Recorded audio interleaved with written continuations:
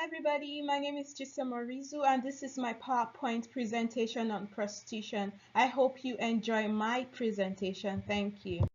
What is prostitution? According to Havelock Ellis, a famous English physician, psychologist, and social reformer who studied human sexuality, he defined prostitution as anyone who openly abandons her body to a number of men with or without choice for money. Literally, prostitution means sex for money. Prostitution differs from being a mistress, a concubine, or a polygamous wife because it is not in the abundance of lovers, but it is in the nature of the relationship, which is sex for money. Introduction.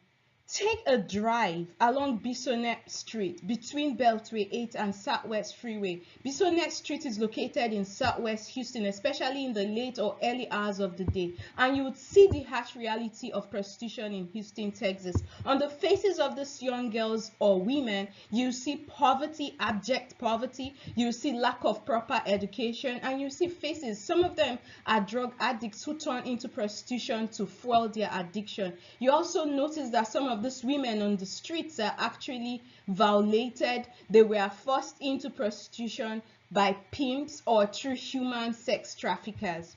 There have been more than 3,400 prostitution-related arrests in Houston in the past 3 years. If you turn on the news, you will notice the prostitution stings, arrests that have taken place in spas, in homes, in beauty parlors, and the rest of them.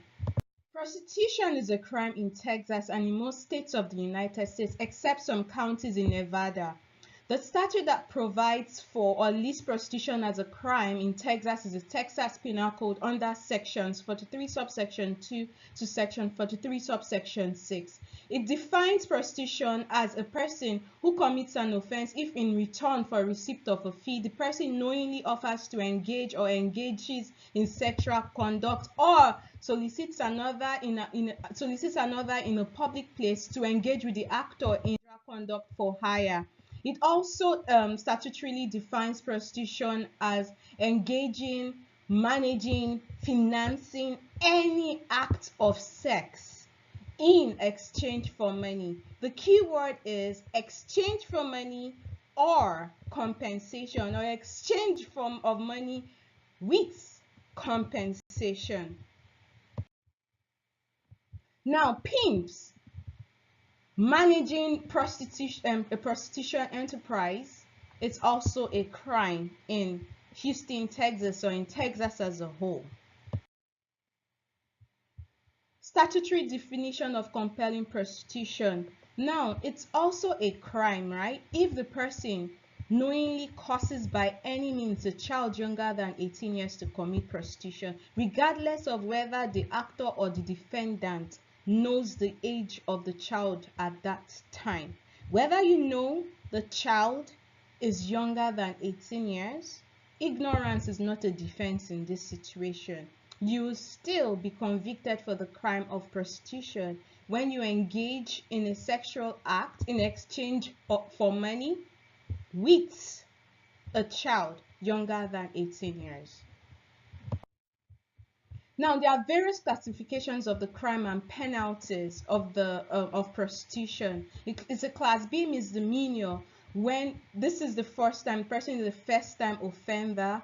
Now, the penalty for this is up to 180 days in jail and a fine of up to $2,000. Now, if this perpetrator has committed one or had one or two previous convictions, now this person would be liable under class A misdemeanor and would spend up to 1 year in jail and a fine of up to $4,000. It becomes a state jail felony if the perpetrator has had 3 or more previous convictions for prostitution or solicitation and pimping.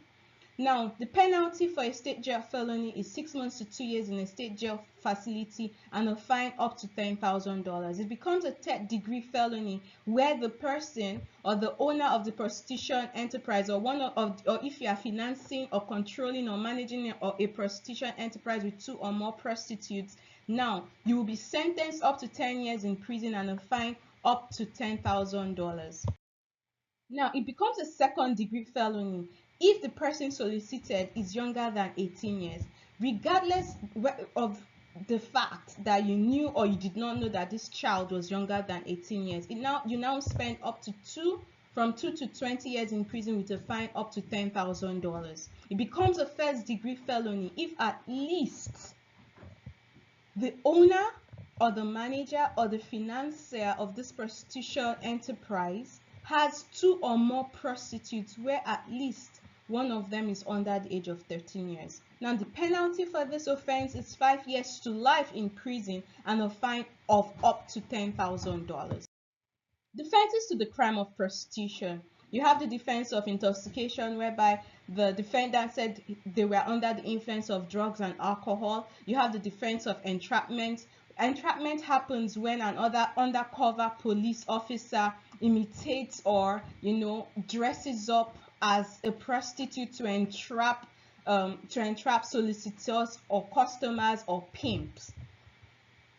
It's a defense. Age is a defense if the defendant is under the age of 18 years old. Now, duress becomes a defense to the crime of prostitution if the defendant was under the threat of bodily harm to either themselves, friends, families, or relations. This is common with human sex traffickers, common with pimps who threaten to violently assault the defendants or the prostitutes if they fail to engage in sex in exchange for money.